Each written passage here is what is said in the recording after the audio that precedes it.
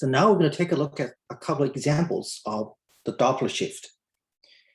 Here you have a bat, which is chasing a flying insect that's trying to get away from the bat. Bats emit high frequency signals that humans cannot hear, typically between 12,000 kilohertz to 150,000 kilohertz.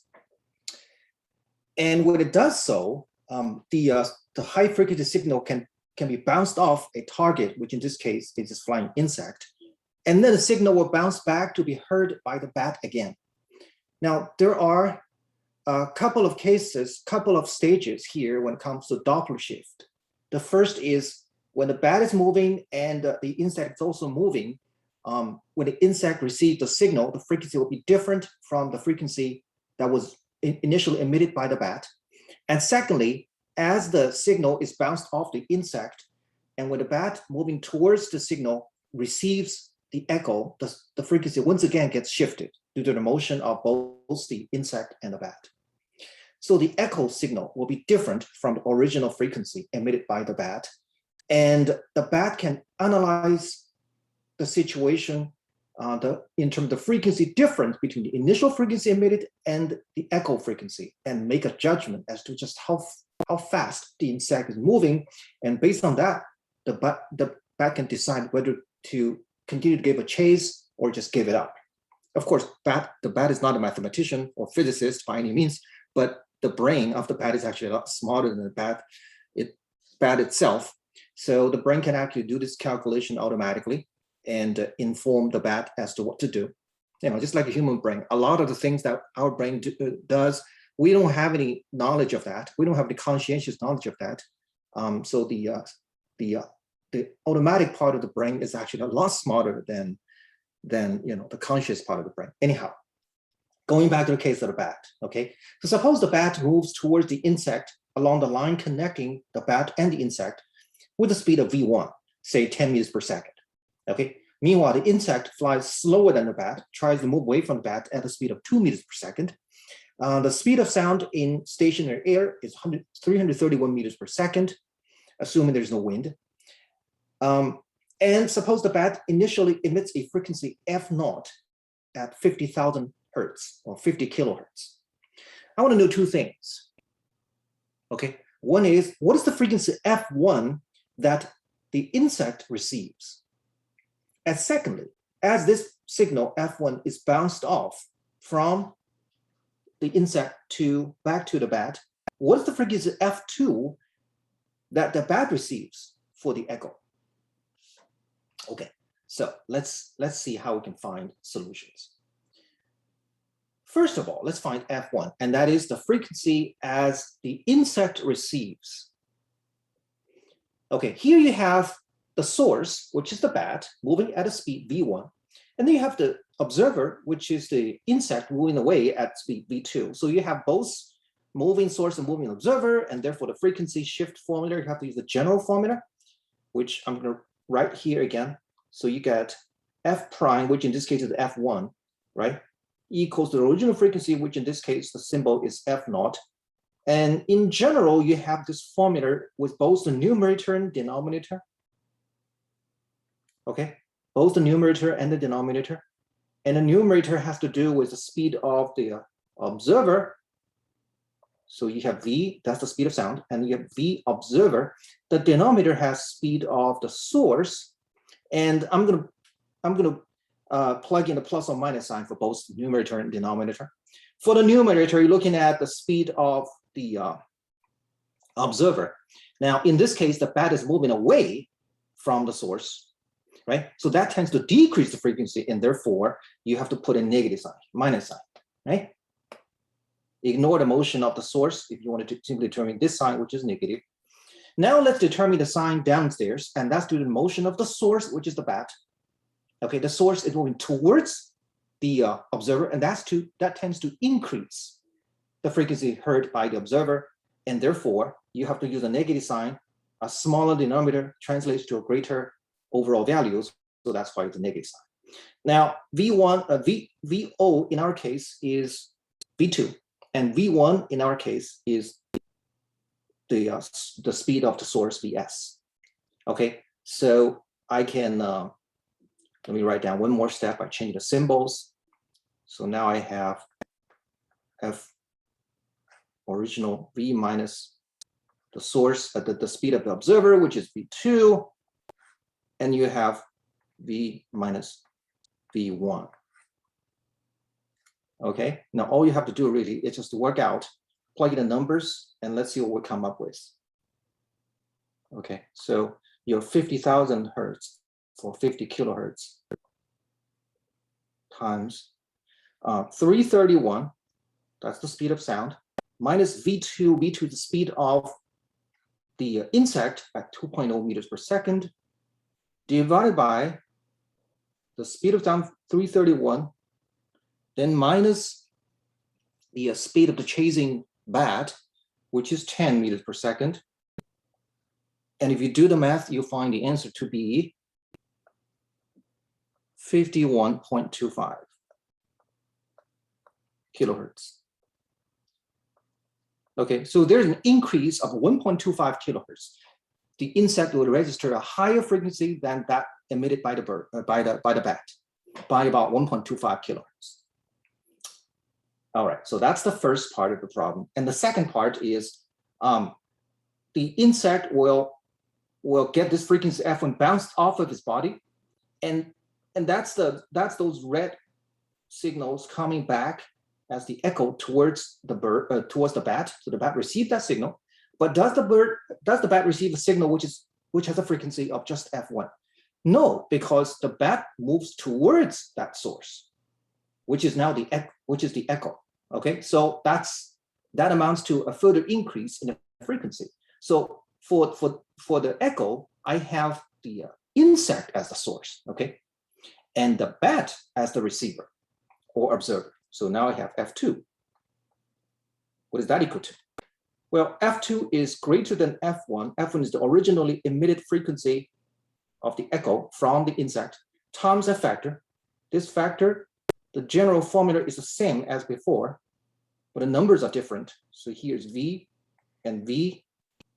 Okay, you have V observer and you have V source.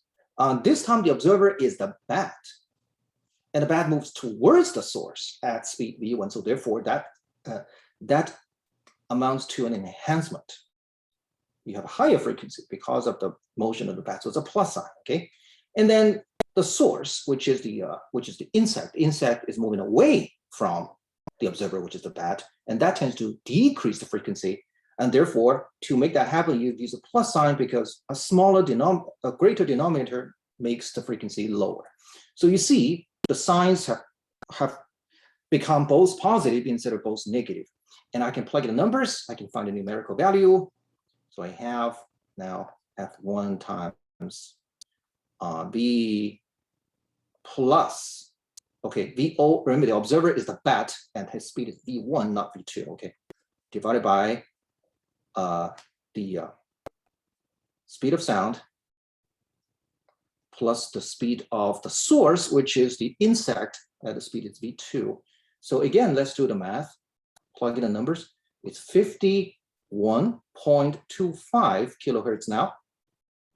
That's the original frequency emitted by the insect in the echo. And then 331 plus V1, which is 10 meters per second. And you divide this by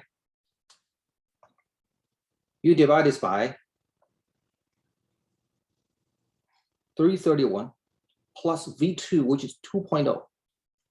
Okay, and if you do that math, you find the answer to be 52.5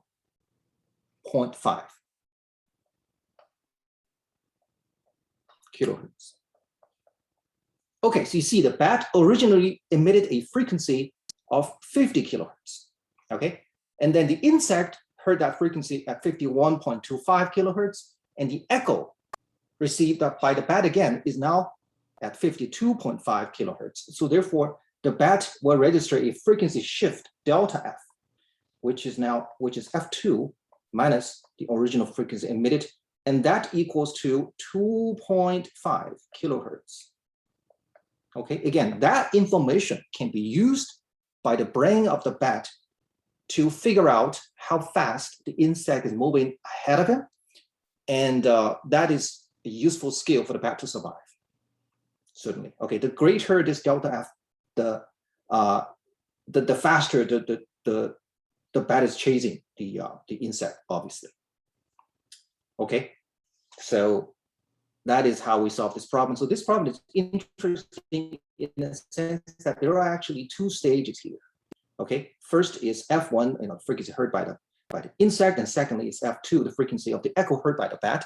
And during these two stages, the observer and the source actually got switched around. In the first stage, the source was the bat, and the observer was the insect. But in the second stage, for the echo, the source becomes the insect, and the observer becomes the bat. Okay, this mechanism of emitting a certain frequency and then receiving the frequency of the echo is not just for bats. We have invented, ultrasound machines for Doppler ultrasound, right? And also radar. Doppler radar has the same mechanism. You emit a radar signal, and it got bounced back from a target, and the target, when it bounces back, the frequency, due to the motion of the target, the frequency of the echo could be different than the frequency of the original radar signal. And that frequency difference can also be used to judge how fast that object which bounced off the signal is moving. Okay, so that's the same basic idea. All right. So that was the first problem. Now, we have so far discussed only cases where there's no wind. What's a wind? A wind is the movement of the medium itself, okay, which in our case is air. The formulas that we have studied all had an implicit condition, and that is we assume the medium to be at rest. So we are measuring all the velocities, all the speeds in the reference frame in which there is no wind, or in which the medium, which is the air, is at rest. What happens if there's a wind? Say the wind at 5 miles per hour, that means the entire medium, the entire background, the air is moving 5 miles per hour. How does one rewrite the Doppler shift formula? Okay, well, the idea is that we don't know how to do that. Everything we have derived assume there's no speed for the medium, right? So we're doing business in the reference frame in which the medium is not moving, or no wind. So when there is a wind, do we start from scratch and derive everything from scratch, or do we take advantage of the fact that we already know what happens in a reference frame in which there is no wind?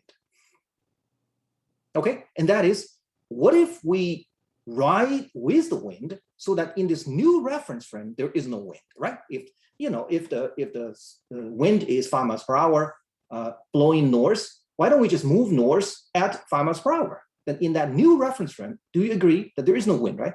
So in that new reference frame, we can use the old formulas for the Doppler effect, right?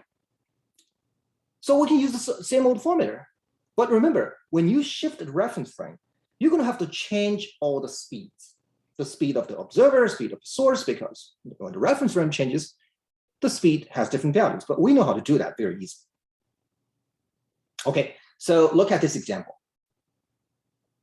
Suppose we have a situation where the source and observer are moving in the same direction. Okay, they're both moving to the right, and there's a wind blowing to the left. How do you find the Doppler shift? That is, what is the frequency f prime heard by the observer in this case? Well, we know if there is no wind, I know exactly how to find this, right? I would write f prime equals to f times v, and here's the observer, divided by v and the source. And we already know how to choose positive, negative signs. Here, the observer is moving away from the source, so it's a negative sign. And the source is moving towards the observer, so that's a negative sign again. Okay, that is if no wind. If v wind equals 0. Okay, now if v wind is not equal to 0, then our strategy would be to shift to a new reference frame which rides with the wind. Right? Because in that new reference frame, there is no wind, and our old Doppler shift formula would work again. Okay, so now consider in the new reference frame.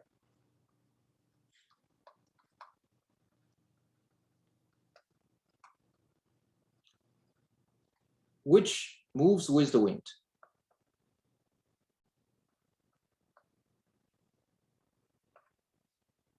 Okay, which moves with the wind? What is the new speed of the observer? The observer becomes what? Well, look, in this case, the V wind, it blows in the opposite direction as the observer, right? So if imagine you drive a car at the speed of V wind going, in this case, going west, right? And the observer is moving east. So from your point of view, how fast is the observer moving now? So VO becomes VO prime, which is equal to what? The original VO plus V wind, okay? Plus V wind. And similarly, for the source, V source now becomes V source prime. And again, since V source is in the opposite direction as V wind, this again is V source plus V wind. So you just have to change the values of VO and VS, but keep using the same formula. Okay, so now what happens? What is our new formula now? So F prime equals what? Equals F times same old formula. New formula is really just same old formula, except VO becomes VO prime. Okay, so V minus VO prime, and then V minus VS prime, and VO prime again is VO plus VW, and VS prime is VS plus VW. So let me plug these results in, and I get the final expression now. I get the final expression. V minus VO prime, which is VO, and then minus VW, wind, and then V minus VS prime, which is VS, and then minus VW. So here's our modified formula, including the situation when there's a wind. Okay, again, in this case, the wind blows against both VS and VO. Now, interestingly enough, we have seen a case where there's no wind, and we see and if VS and VO have the same magnitude and the same direction, then the effects of their motions would cancel out, and F prime becomes equal to F. Remember that?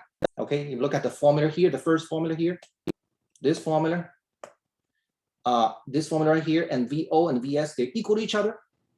Then this factor besides F becomes equal to 1, and F prime equals F, right? So if you are driving forward at eastward at whatever speed, a car in front of you drives at the same speed in the same direction, you blow a horn at whatever frequency, the driver of that car will receive the exact same frequency. There's no Doppler shift.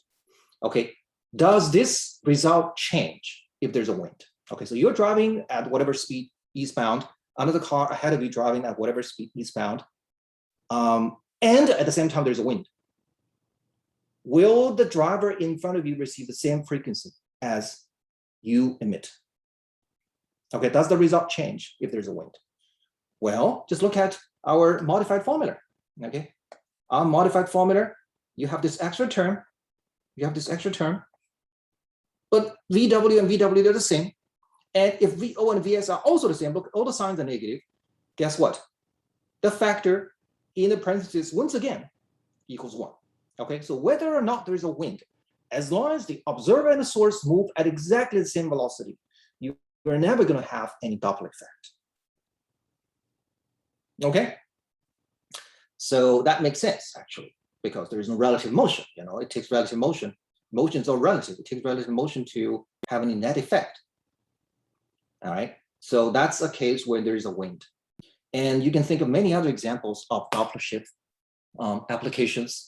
And in fact, we're going to see more application of Doppler shift when we study the electromagnetic wave version of Doppler shift in Physics 8C.